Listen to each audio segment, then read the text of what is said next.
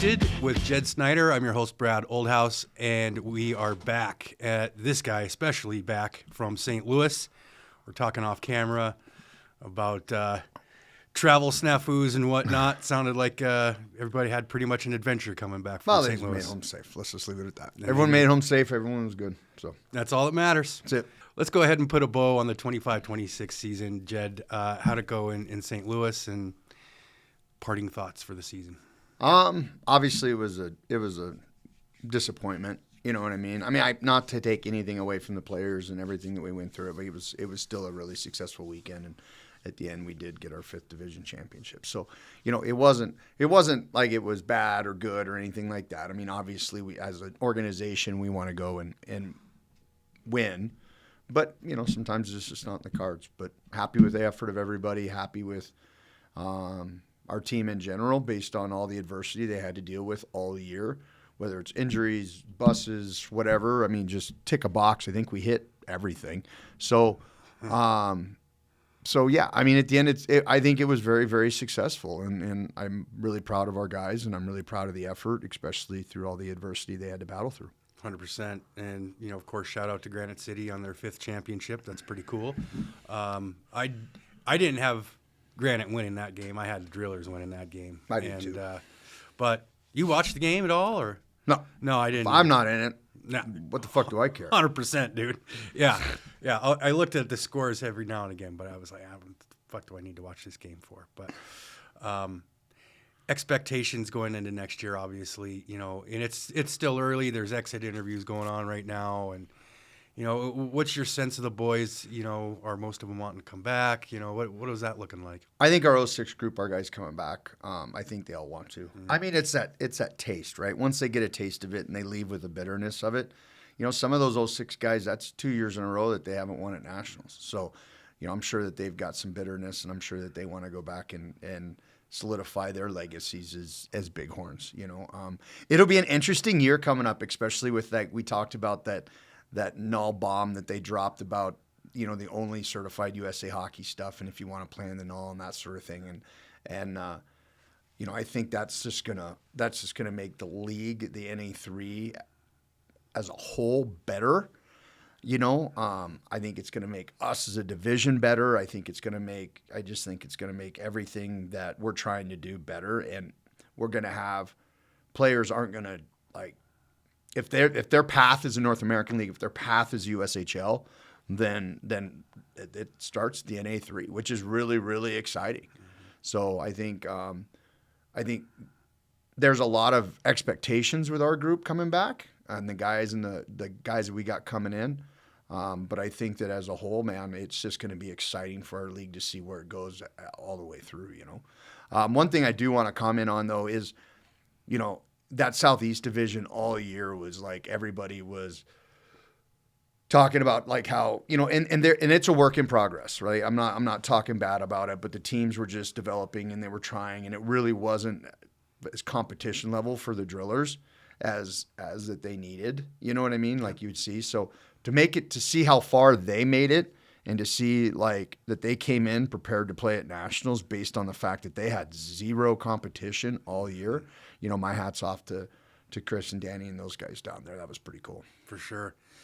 Is that kind of the attitude that you're hearing from other owners as well? Is that this just improves the league in general? No, I haven't talked. That's my personal opinion. You know, obviously it'll be discussed at the owners meeting when I go in April. But my personal opinion is it finally, we're not in direct competition to access to elite players. You know, that's the other thing, is that we ran into a lot of it, and our team directly was affected, as I'm sure most were, but I can just only speak for us. Mm-hmm. You know, like, you send a kid, they pull a recruit of ours or a signed player of ours to the North American League, and then they release that kid, but they send him to the non-USA Hockey Sanctioned League, right? Mm-hmm. Which, if we're actually the NA3 and we're supposed to develop for the NA, you know, why are you sending them somewhere else, right? Mm-hmm. So, and the players are going to go where the NA tells them to go. Right. They're not going to, you know, they're not going to just, well, no, I'm going to Helena, or I'm going to Louisiana, or I'm going to Granite City. Like, no, like, they're going to go where that coach tells them to go because they want to get back there. and now it takes away that. Basically has to stay within our process, within our structure, which only benefits the NA3, which is exciting. For sure. Yeah, it should make recruiting that much. I don't want to say easier, but because recruiting is not easy. But it should make it less painful. Let's put it that way. I know we've been through times where, we lose a guy here or there because of, whatever. But why is the Null the place these guys want to go? What is it about the Null that just says to players, that's where I want to go? That's where I want to play. Well, one, it's been around. Shit, I was skated in my first North American League camp when I was 14. Right. So it's got some legs. That and the USHL both do. They've been around forever. It's just the product. It's just the product, man. Like it's the only tier 2 and like legitimate tier 2 in the country, and it's been around for years. I mean, the whole South Division is all ex-Western Pro League teams, and I played in that. I was in New Mexico in that league.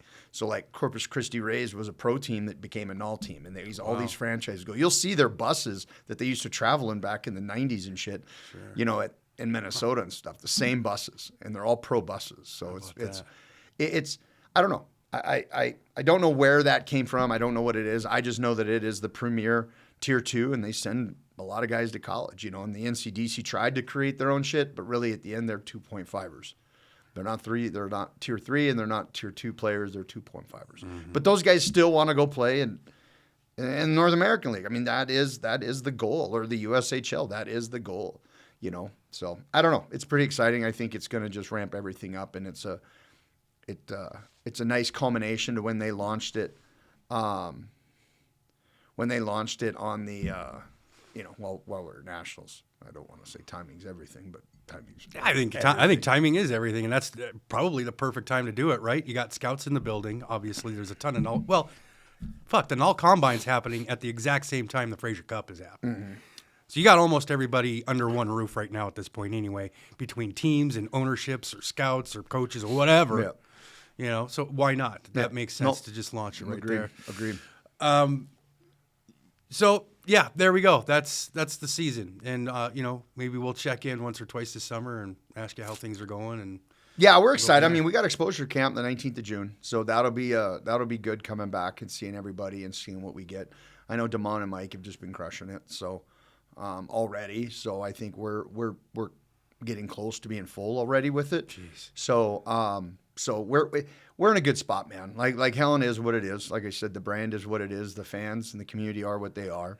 It's just reset the mechanism and go. I mean, we're fortunate that I think we only lost 6 guys that aged out. Yeah. So with that being said, that's pretty cool. Everyone come back. I think Louisiana loses 8. I think Sheridan lost like 12. Ooh. So like it's the top teams, aren't.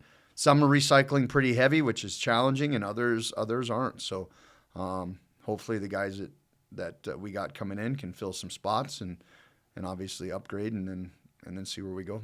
We were through that a few seasons ago, weren't we? Right after Fraser, didn't we lose? We lost 13. Yeah, we lost 13 guys. The Twins, yeah, I mean they moved up, but like they were the only ones Twins and Egan and Mason. Oh yeah, they were the only ones that. So yeah, we lost 13. So we lost 10 age outs, and then we had those guys. Right. So, but not for nothing, we were right back in the dance at the end of the year, right after that. Yep. Like, and that's a testament. And I think a lot of fans in general don't understand that this process is a 365-day process, right? It doesn't matter if you make it to the Cup or not. It doesn't matter if you win the Cup or not. Okay, if you win it, you get to take a day off. Let's just be honest. But it's right back in to the mix, right? And I think that shows by the time we get to September, October, and definitely shows in March. Yeah, so. It's like I said. Well, first off, you win the Cup, you get 24 hours to do. To just go 100%. But like that goes to show people how hard it is to win back-to-back cups. because of that reset, because you have to, you don't know what you're getting. And like Greener's always said that you never know who's showing up to camp till you see the whites of their eyes. They can tell you all summer that they're coming, and then they just decide to go to school or whatever. One thing that we always tell kids is like, man, junior hockey's, it's gone time decay. Like you can never go back and do it. You can't just one day say, oh, I'm going to go back and play junior hockey. Like you can't. So once it's done, it's done. So, if you're enjoying it and you really want to do it, finish your years out, like absolutely play.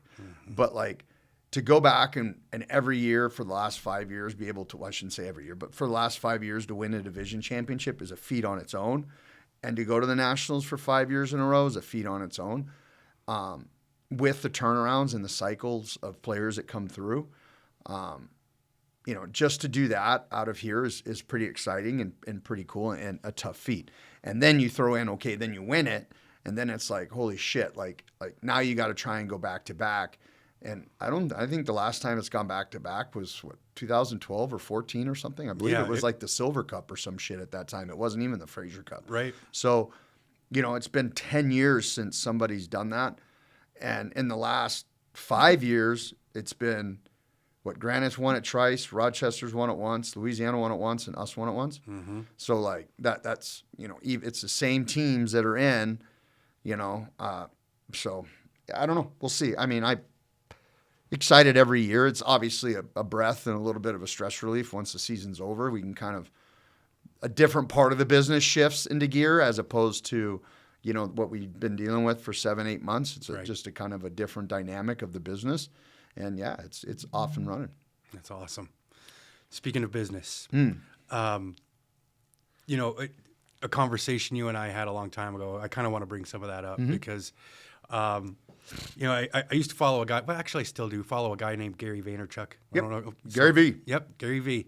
And back in 09, 10, 11, when I started following him, he was talking about if you're a small business, you need to become a media company, and not necessarily with all these fancy cameras or everything, but his point was you need to be creating content. You need to get yourself out there, that kind of thing. Fast forward to you had just negotiated the naming rights for the rink as a new owner. Mm-hmm. And you and I had a conversation about we need to start becoming a media company. Mm-hmm. Why did that cross your mind, number one? And let's just start there. Like, why go into media? Why start creating content? You're a hockey rink, right? Like, let's just start there. So it was, I think what it was, Brad, we were investing in all the cameras and shit and the computers and all that stuff. I think is what it was. And like we bought the 3 cameras, the cameras we're using now for this, and then we bought a third for A so we could run different deals. Because remember, you set up that first year down on the corner. That's right. And then it was like, okay, well, better mousetrap. And then we came up with the ceiling mounted ones. Right, yeah. And it was like, at this point, like, why don't we stream everything in here and then see what we can do, like everything. And then, and then that just kind of morphed. It wasn't like, it was just like, we have everything. What can we do with it? Because it just seems like it's super dumb to spend all this money on this shit and only use it fucking 22 times a year, right, or 28 with playoffs. You know what I mean? When we can, the rink can utilize the youth hockey stuff. The rink can utilize, figure skating, which we will be streaming the spring show we finally got approval to do that. All curling, right, like everything that goes on in the rink, and then obviously that morphed into what we're doing now. But it was just like, it just seemed like we had everything. And it was like, it just seemed like a simple transition to move into that market. I don't, it's funny because it was never my intention, but we had everything. And then the next investment, I believe we talked about was just putting those cameras in the ceiling. Mm-hmm. And it was like, that way we don't have to have a camera. We can just have, Matthew or Dusty in there just following the game from the center camera, and then have the 2 on the end so we can do replay for high school. Like, it was just simple. One guy sitting there does it, and we started creating a page that has a lot of content on it. Right. Right, wrong, or indifferent. Mm-hmm. So I think that was kind of the journey with it. Like, it really wasn't It really wasn't an intentional thing. It's No, just it wasn't like mapped out or no. It just was like it just kind of organically grew into this thing, and it's like what does it hit? Doesn't hit? I mean, I don't know. And we tried to get people involved in the advertising side of it, and like it's still once again, it's like it's one of those things where I understand where people want to say like you need to be a media company and you need to do it because it is technology. One, it's simple. You get subscriptions, you get this. There's so many different levels to monetize it, but at the end, it's still one of those things. It's like, okay, well, we just need to build content, and yeah, man, I don't even know. Like, I can't even give you like it wasn't like one day I woke up and like, okay, well, we're going to turn this into this now, and we're going to create SteedTV, and this is what it's going to look like. I think this is the only thing that like, well, I wouldn't say only, but like it was one of those things that just kind of came with what we were doing already, and it was just another way to showcase what we're doing, and then also give another avenue for potential sponsors to get their name out there with everything. Absolutely. It was a natural flow, right? Like it just kind of felt like we landed here just by the nature of curiosity, number one. Yeah. But two, and not for nothing, shout out to you here, Matthew. This is for you, but obviously, bringing Matthew onto the team has been pretty awesome, right? I mean, that's allowed you guys to focus on rink content, like Rinking with Ryan is fucking awesome. I love that stuff, right? And so, we talk about businesses and media companies, but let's really break it down. Why is content so important for a business right now? I didn't think it's free. First of all, it's free marketing. We've been sloughing on the weekly updates because of Nationals and the Nitro, like videos and stuff, and it just this time of year gets so crazy, and it's like, but like that stuff will start ramping up. But it is free. One thing you have to be is consistent. And honestly, I didn't know the level of that shit until I met with Brad Lee. But I knew it was important. I knew it's big. I knew XYZ. I just didn't, I didn't realize like the sheer weight of it until you get around people that are actually influencers and that sort of shit. Not that I ever had a fucking desire to be an influencer. Right. I could give two shits about it. I want my brands to grow. Unfortunately, your individual brand is what people want to see, like your personal brand, and then your businesses, unfortunately, are byproducts. The popularity of your business become byproducts of your personal brand. Absolutely. So when you're going through this, you're like, fuck, man, I gotta like talk and shit, and I gotta like put myself out there, and that's really not what I want to do. But in the nature of things, people like the content. Well, a few people. And more than a few. But people dig the content. But then again, too, it's a way to get what you're trying to do out there, and it's cheap, it's easy, it's free. And when I say cheap, I mean it is. It's just a free platform for marketing. Like your marketing campaign and your budgets. What do they say? It's like 20% of your budget should go to marketing for startup businesses and stuff. Where it used to be the norm. But with social media and stuff, if you got the right people doing it, like I believe you can do almost all of it through social media. 100%. There's still television is still the number one. It always will be. But like YouTube, Instagram, TikTok, all that shit, like it is. It's a necessity at this point, and it's just getting bigger and bigger and bigger. Right. Well, and then we're going to start adding AI into the mix at some point. Obviously, AI is. Yeah, shit, that's a whole different podcast conversation. But, it just the way things evolve and change and how fast they do, I feel like if you've got something out there that represents you, number one, and something about your business, at least once a week, somewhere around there, because people are going to like you, like, and trust you based on stuff like what we're doing right now, right? And which only builds reinforcement to your business. When as soon as somebody has that aha moment, like, oh, that's Jed's business? Oh, okay, yeah. You've got instant trust with a customer at that point. Mm-hmm. You know what I'm saying? So it's super, super important. So we've got the podcast. We've got content, like Rinkin with Ryan. Obviously, the live streaming stuff on SteedTV. And we'll just build off the answer you gave earlier. It wasn't mapped out. It wasn't planned out. But what do you kind of see the future of SteedTV and content for you kind of looking like here in the next year? We want to bring, like, we're working right now with another one that we're trying to do is Mitch's Kitchen, and start that up here after. I think we'll find out what that's going to look like in the next couple of days, and then obviously the rinking with Ryan stuff. I don't know. I think it's just some place to go to put people, because one, there's still people in this town who don't fucking know the rink's here, Right. which I don't either. I mean, I don't. I think McDonald's is. Yeah, I think the panhandler down on the interstate knows who the fucking Bighorns are, SteedTV is, as opposed to some people in this fucking town. So I don't know, but It's crazy to me.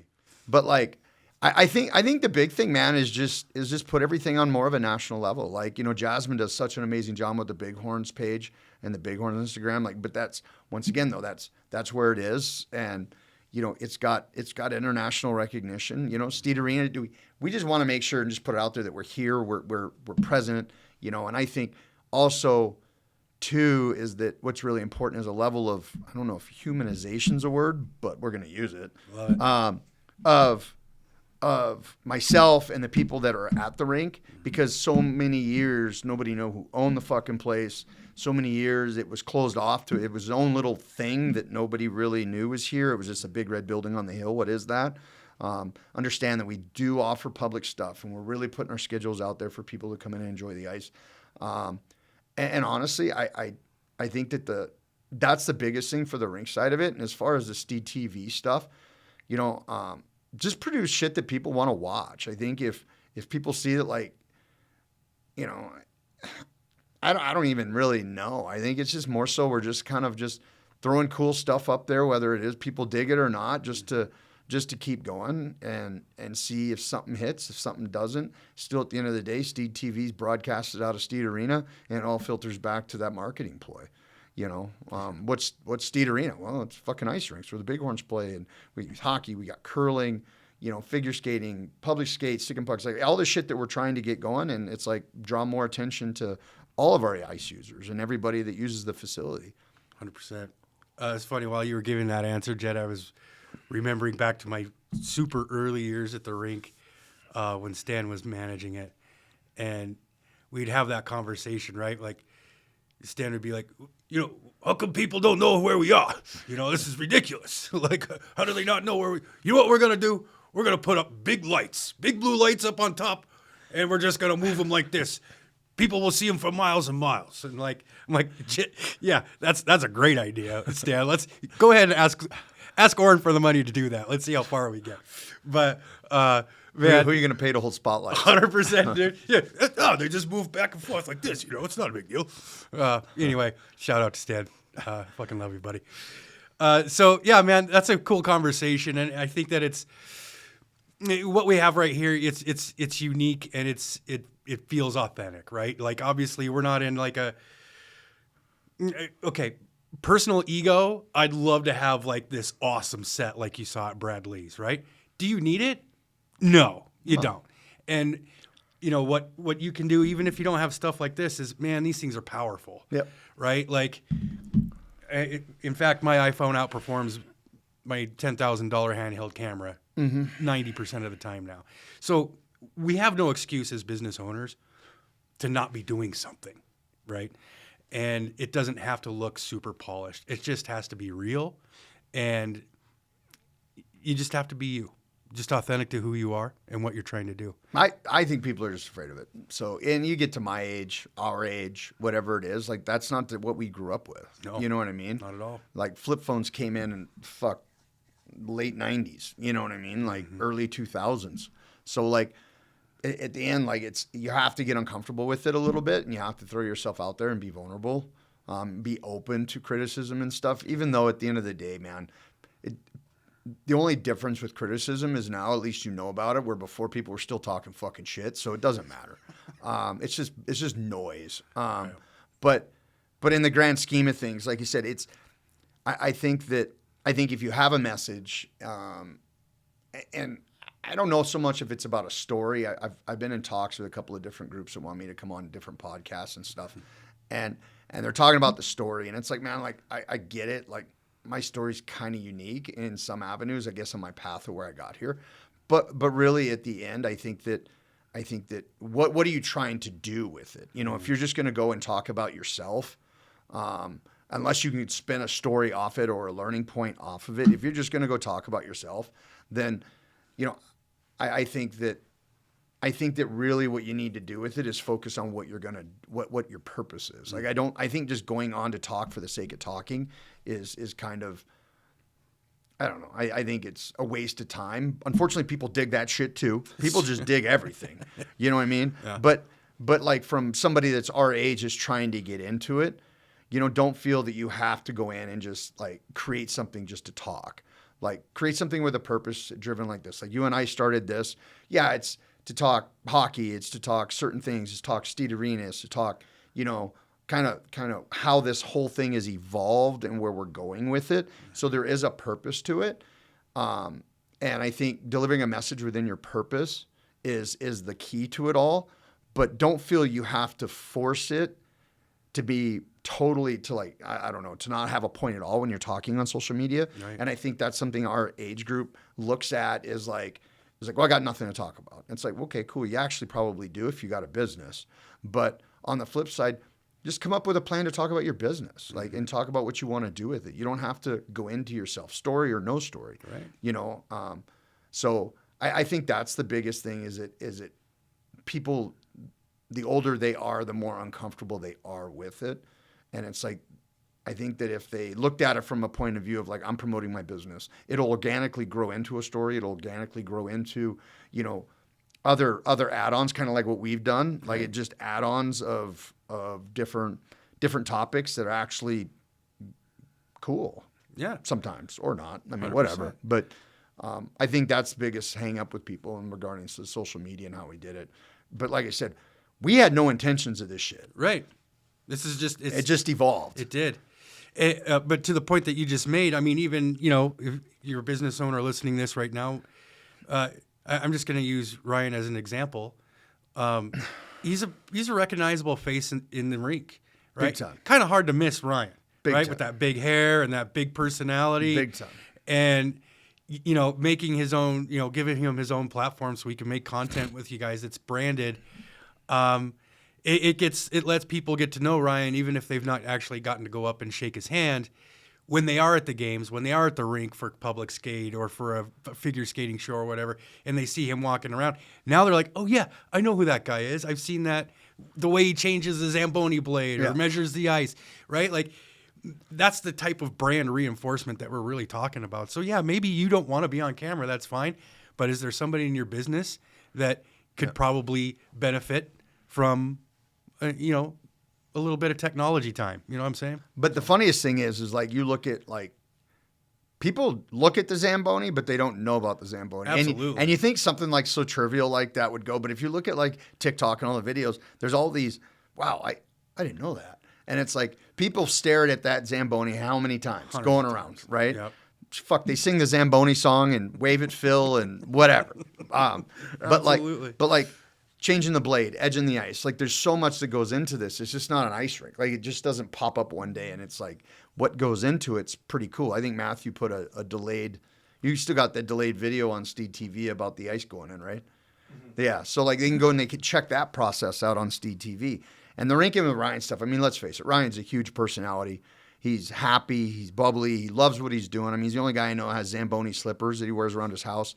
Like, he digs it. And for him to go in and start actually, you know, kind of, I guess, fucking teaching people, I wouldn't say teaching, but more of satisfying or answering people's questions that they've always asked themselves regarding a Zamboni, like changing the blade. Fuck, there's 2 augers in there or 3 or whatever. I don't even know. It's a look behind the curtain, basically. Yeah, or the garage door. And with a guy that's got a personality that like, yeah, he could probably fuck it up words and everything else worse than I do. And it's just Ryan, and nobody cares. They're just really interested in him and really interested in what's going on. So you're exactly right. Like, just because you don't want to be on a film doesn't mean you don't have people that wouldn't thrive in that are characters that were just being themselves and really, really create something cool. It was so funny because we had our team meeting when we came up with it, and I was just like, yeah, I want to do a show. Like, what did I just say, Matthew? Like, just out of the blue, like, Rankin with Ryan. And, like, he ran with it. So Matthew came up with the cover thing with him holding a fucking sandwich and a soda. Dude, that intro is so fucking awesome. With fucking clown music. Yeah, like, it's dude. just, and then it just goes into it. And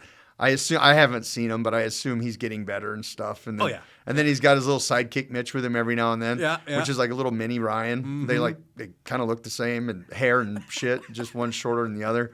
So, but that's the guy you might want to do a thing for. Is that the same? Yeah, guy? that's what we're looking at what he's gonna do. So see, now you're doing this cross pollination thing, right? Like DC Comics and shit. When Superman is on the fucking Jay and Batman Silent cover. Bob. Oh, Jay and Silent Bob. Perfect. Snoogans. And Nooch.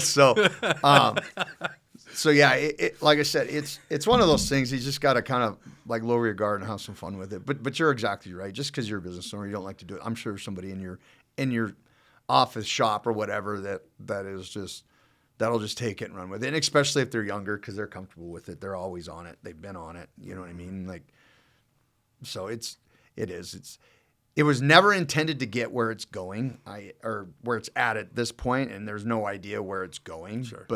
But like I said, anything that we can do to maximize SteedTV, Steed Arena, Bighorns, Nitro Alpha, all that stuff, and I mean even social flicks for the production side of it. You know what I mean? Like anything that we can do to just get in, and also humanize what we're trying to do, right? Like if you for instance, we talked about if you see me around the rink, I'm usually hyper focused on something. I don't really talk to people, and if I do, it's usually because someone pissed me off or whatever. And so, Fair. To be able to see the stories and see where we're at, and understand that there is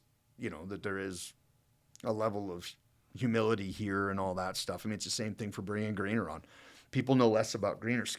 People know less about Greener than me, and to bring him on, and just to create a level of connection that people can have with him as well, and see him and I interact and all that stuff, is good, because then people are like, okay, like for lack of a better word, these guys aren't fucking cyborgs. Right. And it's like, and I think that's one thing that when you're in a community-based business, that we are, I think that's a huge piece is to show that, like, hey man, like we're in this for everybody. It's just when you come across us, it's usually something's happening, and it's nothing personal, but we are human in that aspect. I mean, if you run a construction company or something where you're kind of like Oz behind the curtain, and you're out doing a task and you're leaving, you don't really need to put a level of humanity with yourself. But when you are in literally a community-based business, like your business runs off of the community, like you still, the figurehead still needs to make sure that people understand that, hey, like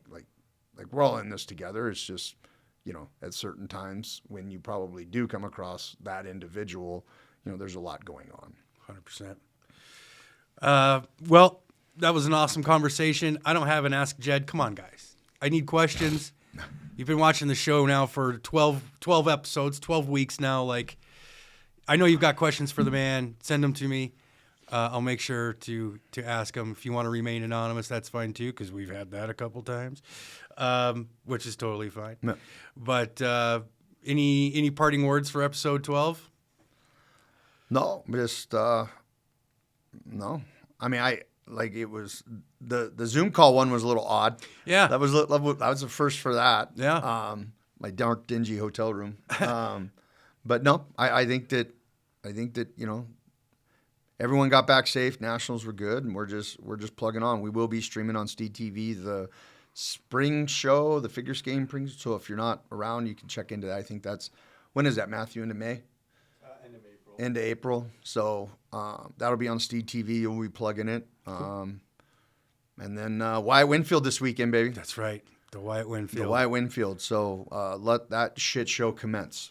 So that is something I definitely want to talk to you about next week, because by the time it's over, there's going to be some stories. It usually is. 100%. So for Matthew Stordahl back there on the ones and twos, I'm Brad Oldhouse, your host. Thank you so much, Jed Snyder. See you next week.